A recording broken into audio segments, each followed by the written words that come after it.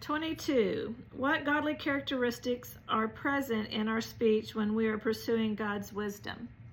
Well, when you're pursuing God's wisdom, you're not looking to use your own words, like, oh, hey, I'm so smart, look at me. You know, like we talked about earlier, knowledge is an accumulation of facts and things. Nobody really cares about how smart you are.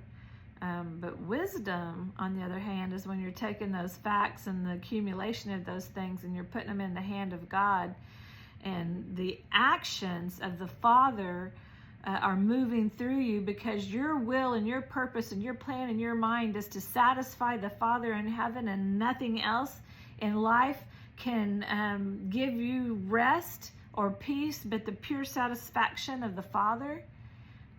Therein lies your salvation. And in that place is a steadfastness that nothing can change. Nothing can change that steadfastness in the Father. It's a place to be.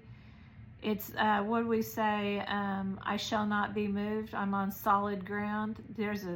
You know, no matter what the enemy tries to throw your direction, you cannot sway you.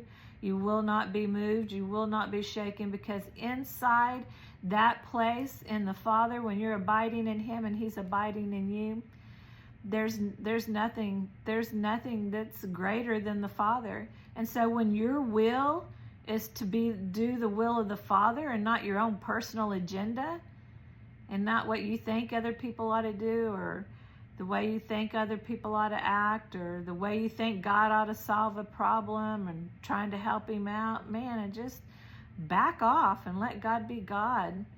And man, I pity the fool that mess with my Lord, because He is almighty, powerful, wonderful, omnipotent. He sees ahead. He knows all things. He does all things. He's not intimidated by the devil or the cunning schemes that he tries to come up with.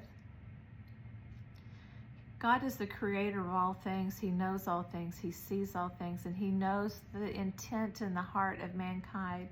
And if the intent of our heart is for the love of our Father, and for the attention of our love for our Father to be poured out to Him in gratitude for the things that He's done for us, then our purpose and plan can be edified in Him for His glory. Not for our purpose and our plan, but for His glory.